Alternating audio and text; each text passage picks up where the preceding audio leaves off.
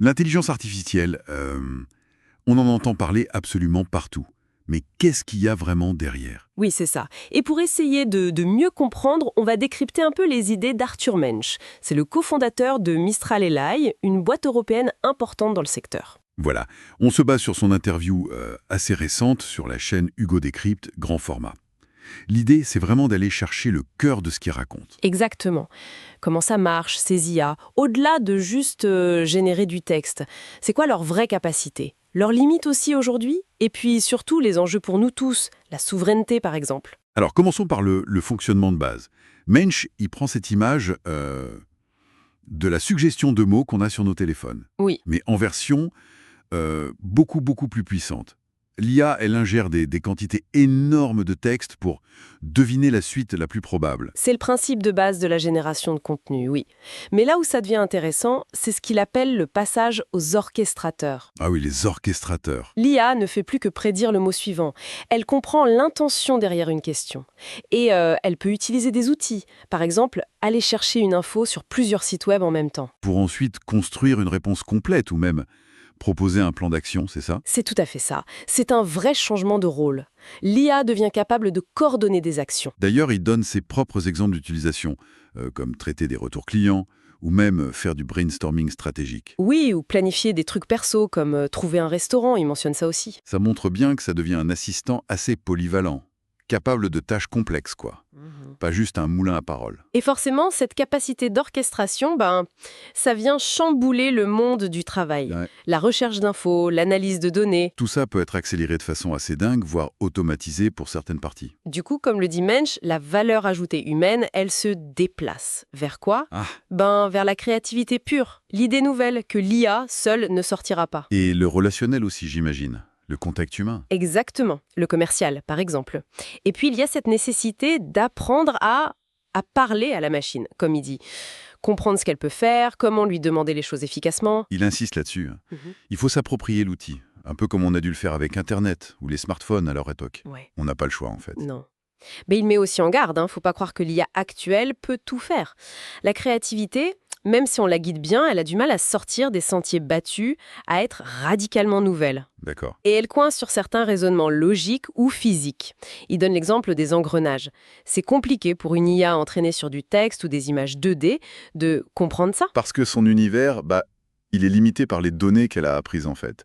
Elle ne peut pas raisonner sur ce qu'elle n'a jamais vu. Voilà. D'où cette idée un peu vertigineuse qu'il soulève.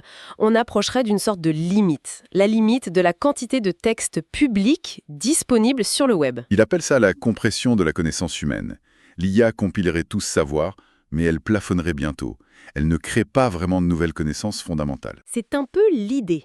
Elle réagence, elle synthétise super bien l'existant, mais pour aller plus loin, pour qu'elle raisonne mieux ou découvre des choses, il faut d'autres méthodes. Comme Soit des données très spécifiques, très pointues, soit des techniques d'apprentissage par renforcement. C'est comme ça qu'on a fait des progrès en jeu de Go ou en maths.